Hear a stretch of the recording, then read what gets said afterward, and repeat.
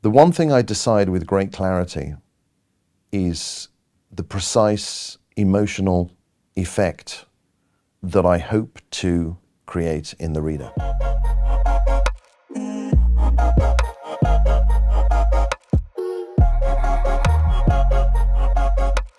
Sherlock Holmes. As a child, I was orphaned when I was 7, and I was sent to live in the school, like an orphanage, and it was very boring, very boring. But they had a great library, and I discovered Conan Doyle and I discovered Agatha Christie, and then went on to American literature like Raymond Chandler. But my first real exposure to great detective fiction, classic detective fiction, was definitely Sherlock Holmes. It was November the 4th, 1987, very specifically.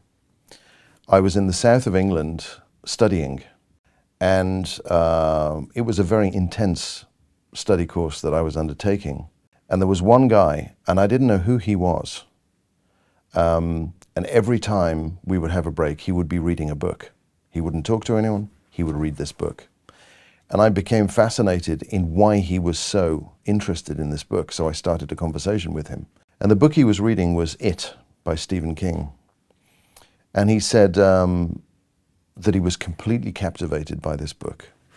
And he wanted it to go on forever, but he also wanted to discover what happened. And it was like a light went on in my head, and I thought, what an amazing thing to do with your life, to create something that was so magical that could transport somebody away from reality, capture their imagination. So that evening, I started writing. Now it's a keyboard. When I started, it was pen and paper, and then I would type them on a manual typewriter, and then I would photocopy them and post them. But now we have the internet, because I'm very old, you see, you know. I start early. The way I write is very intensively, but once I start a book, I will begin work at 8 and 9 o'clock in the morning, and I will work until 5 or 6 or 7 in the evening. I try to write something in the region of 3, 4, 5,000 words a day. So I aim to get a novel completed, the first draft of the novel completed in about 8 weeks, 10 weeks. And then I leave it for 2 weeks or 3 weeks. And then I go back to it and I read it again and I change things, and then I send it to my editor. This is the way it works for me. There's no right way to do it. There's no formula. Everybody works differently. This is just the way that works for me. In Cold Blood by Truman Capote. It's a fictionalized story about a true event. And I think it's the perfect blend of fiction and fact, a tremendous amount of research, and I think it's written with a great sensitivity. I think he was very gifted as a writer. I think that he committed himself to this book in a very obsessive and very driven way, very motivated. And it made him the most respected and one of the wealthiest and most well-known authors of 20th century America. And yet at the same time, it destroyed him because he could never repeat the success. And so it was like Frankenstein. He created something that then became his own destruction. But it's a wonderful book. It can be any such thing. It can be a comment somebody makes in a conversation. It can be something I read in the newspaper. When I begin a novel, I start with a very simple idea, very, very basic idea.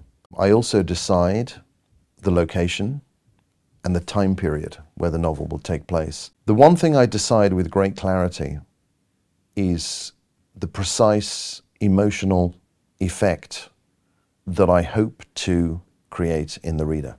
And it's no concern to me if people remember my name, or if they remember the name of the book, or they remember the details of the story. What I hope is that if somebody reads one of my books and then they see this book 6 months later or a year later, at least they will remember how the book made them feel. That's the most important thing for me. Carnaval des ombres, the English title is Carnival of Shadows, the same. It is the late 1950s in Kansas. There is a traveling circus, and it moves from town to town. And the people who work in this circus seem very strange. They're outsiders.